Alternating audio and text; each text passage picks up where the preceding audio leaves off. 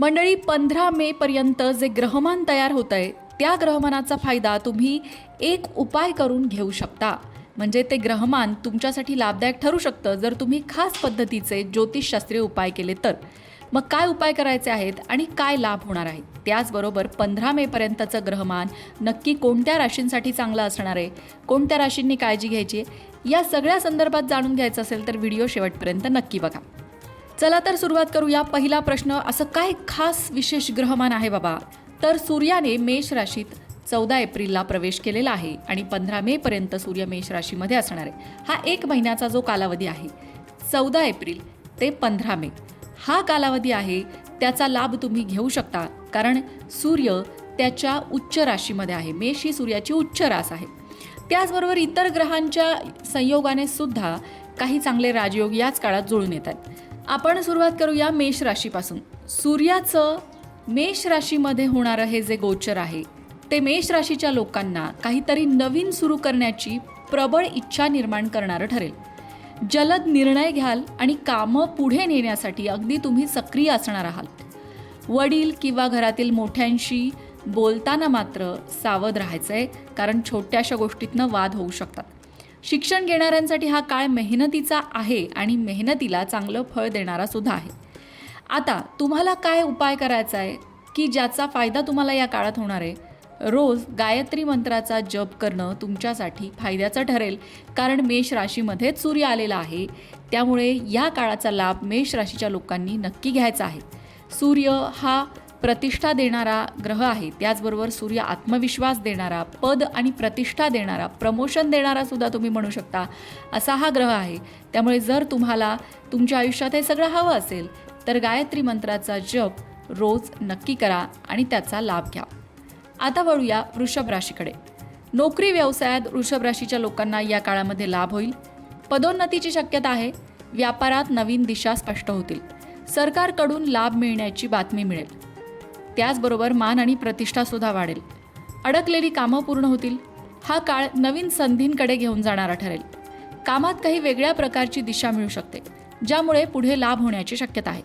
आर्थिक बाबतीत थोडी काळजी मात्र घ्यावी लागेल, कारण अचानक खर्च समोर येऊ शकतात.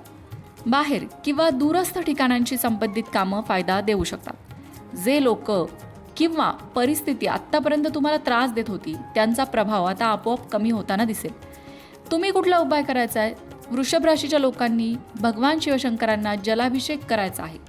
भगवान शिवशंकरांना जलाभिषेक करणं तुमच्यासाठी नक्कीच लाभाचं ठरेल. आता वळूया मिथुन राशीकडे. या काळात मिथुन राशीच्या लोकांना त्यांच्या स्पष्ट बोलण्याचा प्रभाव वाढताना दिसेल. तुमच्या बोलण्याला लोक गंभीरतेने घेतील. तुमची उपस्थिती प्रभाव दाखवेल. विचार मोकळेपणाने मांडू शकाल. विचारांमध्ये स्पष्टता राहील. समोरच्यावर चांगला प्रभाव पडेल. कामाच्या ठिकाणी मेहनत दिसून येईल, त्याचं कौतुकही होईल. तसंच इतर काही नवीन जबाबदाऱ्यासुद्धा मिळू शकतात, ज्या प्रगतीची संधी निर्माण करणाऱ्या ठरतील. तुमच्यासाठी उपाय म्हणजे सूर्याष्टकाचं पठण करणे, किंवा सूर्याष्टक म्हणता येत नसेल तर कमीत कमी ऐकणे, हे सुद्धा तुमच्यासाठी लाभदायक ठरेल. आता वळूया कर्क राशीकडे. मनाला शांतता लाभण्यासाठी प्रयत्न करावेत. हा काळ गोष्टी हळूहळू योग्य मार्गावर आणेल. जे कामं आधी अडकलेले वाटत होते त्यात आता हालचाल दिसेल. परिस्थिती सुधारताना जाणवेल. कामकाजात पकड मजबूत होईल. प्रयत्न आता फळ देऊ लागतील. नोकरी आणि व्यवसायात नवीन संधी मिळू शकतात, ज्या पुढे जाऊन फायदा देतील. जर सरकारी कामात गुंतलेले असाल तर त्यातही प्रगतीचे संकेत मिळत आहेत. संयम ठेवल्यास परिस्थिती तुमच्या बाजूने वळेल. आत्मविश्वास वाढेल. कर्क राशीच्या लोकांनी गरजू लोकांना गहू दान केल्याने त्यांना लाभ होईल. सिंह रास. हा काळ आणि परिस्थिती जर तुम्ही योग्य प्रकारे समजून घेतली तर ती तुमच्या प्रगतीसाठी पूरक ठरेल. गोष्टी हळूहळू अनुकूल होताना दिसतील, पण फक्त नशिबावर अवलंबून राहणं योग्य नाही. प्रयत्न सुरू ठेवणं गरजेचं आहे. कामाच्या बाबतीत चांगली पकड ठेवू शकाल. निर्णय घेताना आत्मविश्वास दिसेल. मध्येच कुठेतरी फिरायला जाण्याची संधी मिळू शकते, ज्यामुळे मन ताजंतवानं होईल. सातत्य तुमच्या कृतीमध्ये ठेवल्यास हा काळ भविष्यासाठी मजबूत पाया तयार करून देऊ शकतो. फक्त तुम्ही जे काम करताय त्यात सातत्य ठेवणं गरजेचं आहे. तुम्ही कुठला उपाय करायचा आहे? भगवान सूर्याला कुंकू मिसळीत अर्घ्य अर्पण करायचं आहे. अर्थात तांब्याचा एक कलश घ्यायचा, त्याच्यामध्ये कुंकू टाकायचं आणि हे पाणी, हे जल सूर्यनारायणाला अर्पण करायचं, बरोबर सूर्योदयाच्या वेळेला. कन्या रास. आर्थिक लाभ होतील, तसंच यशही मिळेल. सहकारी पूर्ण सहकार्य करतील. प्रत्येक पाऊल विचारपूर्वक टाकण्याचा सल्ला दिला जात आहे. विचार न करता कोणताही निर्णय घेणं मात्र टाळा. अचानक काही लहान अडचणी समोर येऊ शकतात, त्यामुळे सतर्क राहणं आवश्यक आहे. वाहन चालवताना पूर्ण जागरूकता ठेवा. कोणतेही मोठे धोके घेऊ नका. आर्थिक बाबतीत विशेष लक्ष द्यावं लागेल, कारण छोटी चूकसुद्धा नुकसान करू शकते. या काळात शहाणपणा आणि सतर्कता तुम्हाला योग्य मार्गावर ठेवतील. तुमच्यासाठी उपाय म्हणजे सूर्यनारायणाला अर्घ्य अर्पण करणं, म्हणजेच काय, जल अर्पण करणं आणि त्या पाण्यामध्ये कुंकू मिसळणं. हा उपाय तुम्हाला रोज सकाळी बरोबर सूर्योदयाच्या वेळेला करायचा आहे. तुळरास, मनात सकारात्मक विचार येतील. हा काळ नातेसंबंधांच्या बाबतीत थोडा संवेदनशील राहू शकतो, जिथे छोटी गोष्टही परिणाम करू शकते. वागण्यात थोडा कडकपणा आणि स्वतःची मतं लादण्याची प्रवृत्ती तुमची या काळात वाढेल. जवळच्या व्यक्तीशी तणाव निर्माण होऊ शकतो. विशेषतः जोडीदारासोबत वाद टाळा. या काळात समोरच्यांचं म्हणणं ऐकणं आणि समजून घेणं महत्त्वाचं ठरेल. जितका समतोल राखाल तितके नातेसंबंध सुसंवादित राहतील. रोज सूर्यनमस्कार करणं तुमच्यासाठी निश्चितच फायद्याचं ठरेल. सूर्यनमस्काराने तुम्हाला आरोग्याचा देखील लाभ होईल. वृश्चिक रास, हा काळ परिस्थितीवर नियंत्रण मिळवण्याचा आहे. जे लोक किंवा अडथळे आधी त्रास देत होते, त्यांचा प्रभाव आता कमी होताना दिसेल. कामात स्थिरता येईल आणि गोष्टी व्यवस्थित पुढे जातील, ज्यामुळे मन शांत राहील. बाहेर किंवा दूरच्या ठिकाणांशी संबंधित कामात लाभ होण्याची शक्यता आहे. आरोग्य संतुलित राहील. मानसिकदृष्ट्याही अधिक शांत वाटू शकेल. एकूणच परिस्थितीवर पकड मजबूत होताना दिसेल. तुमच्यासाठी रोज सूर्याष्टकाचं पठण केल्यास नक्कीच लाभ होताना दिसेल. धनुरास, धनुराशीच्या लोकांना नशिबाची साथ मिळेल. सामाजिक मानसन्मान मिळताना दिसेल. या काळात मेहनतीशिवाय यश मात्र मिळणार नाही. प्रत्येक कामात अतिरिक्त प्रयत्न करावे लागतील, तेव्हाच अपेक्षित परिणाम दिसतील. मध्ये काही अडथळे येऊ शकतात, पण संयम ठेवल्यास मार्ग हळूहळू सुकर होईल. नातेसंबंधांमध्ये समजूतदारपणा ठेवणं आवश्यक आहे, अन्यथा दुरावा निर्माण होऊ शकतो. शिक्षण किंवा ध्येयावर लक्ष केंद्रित ठेवल्यास पुढे चांगला फायदा मिळू शकेल. एकूणच प्रामाणिक मेहनत केल्याने उत्तम परिणाम दिसतील. तुम्ही काय उपाय करायचा आहे? कामात यशासाठी रोज वडीलधाऱ्यांचे आशीर्वाद घ्यायचे आहेत. म्हणजे घरातनं बाहेर पडण्याआधी तुमच्या घरातल्या ज्येष्ठांना नमस्कार करूनच बाहेर पडा.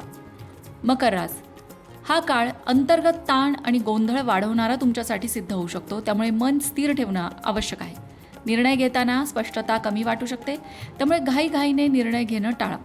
वाहन चालवताना अतिरिक्त काळजी घ्यावी लागेल. अनावश्यक प्रवास मात्र टाळलेलाच बरा. जमीन किंवा मालमत्तेशी संबंधित बाबतीत पूर्ण तपासणी केल्यानंतरच पुढे जा. संयम आणि शहाणपणाने वागल्यास परिस्थिती तुमच्या नियंत्रणात राहील. शेअर मार्केट किंवा लॉटरी यात गुंतवणूक करू शकाल. अचानक धनलाभ होईल. तुमच्यासाठी उपाय म्हणजे आदित्य हृदय स्तोत्राचं पठण करणं. स्तोत्र येत नसेल तर कमीत कमी ऐकणं. कुंभरास, मनास स्पर्श करणारे विचार ऐकिवात येतील. म्हणजे तुमच्या मनाला भावून जातील असे विचार तुमच्या ऐकण्यात येतील. या काळात उत्साह आणि आत्मविश्वास दिसून येईल, ज्यामुळे प्रत्येक कामात तुमचा सक्रिय सहभाग असेल. विचार निसंकोचपणे मांडले जातील. लोकही त्याला महत्त्व देतील. मात्र केवळ योजना बनवणं पुरेसं नाही, सातत्याने मेहनत करणं आवश्यक आहे. कामावर लक्ष केंद्रित केल्यास चांगले परिणाम मिळतील. हा काळ क्षमता दाखवण्यासाठी उत्तम संधी निर्माण करणारा असेल. रोज गायत्री मंत्राचा एक माळ जप करणं तुमच्यासाठी निश्चितच लाभाचं ठरेल. आता वळूया शेवटच्या राशीकडे, अर्थात मीन राशीकडे. हा काळ साधारण राहील, पण प्रत्येक पाऊल विचारपूर्वक टाकणं आवश्यक आहे. विचार न करता घेतलेले निर्णय कालांतराने अडचणी निर्माण करू शकतात, त्यामुळे घाई टाळा. आर्थिक बाबतीत सावध राहा. कोणतेही धोके घेणं टाळा. जमीन किंवा मालमत्तेशी संबंधित कामात पूर्ण तपासणी करूनच निर्णय घ्या आणि मगच पुढे जा. घरात बोलताना नम्रता ठेवा, त्यामुळे वातावरण शांत आणि सुखद राहील. एकूणच समजदारपणे घेतलेले निर्णय अनावश्यक समस्यांपासून वाचवतील. तुम्ही काय उपाय करायचा आहे? रोज भगवान शिवशंकरांना जलाभिषेक करणं तुम्हाला लाभ देईल. मित्रांनो, प्रत्येक राशीने काय उपाय करायचा ते आपण जाणून घेतलेलं आहे. त्याचबरोबर या 15 मेपर्यंतचा काळ तुमच्यासाठी कसा असणार आहे ते सुद्धा जाणून घेतलेलं आहे. नवनवीन विषयांवरती पॉडकास्ट आपण घेऊन येतो आहोत, त्यामुळे आपल्या चॅनलवरती प्रसारित होणारे पॉडकास्टसुद्धा नक्की बघा. आणि पॉडकास्टसाठी आणखीन कोणते विषय आम्ही निवडायला हवेत, कोणत्या तज्ज्ञांना बोलवायला हवं, हे सुद्धा आम्हाला कमेंट करून नक्की सुचवा. अशाच प्रकारच्या माहितीपूर्ण व्हिडिओंसाठी लोकमत भक्ती चॅनलला सबस्क्राईब करा.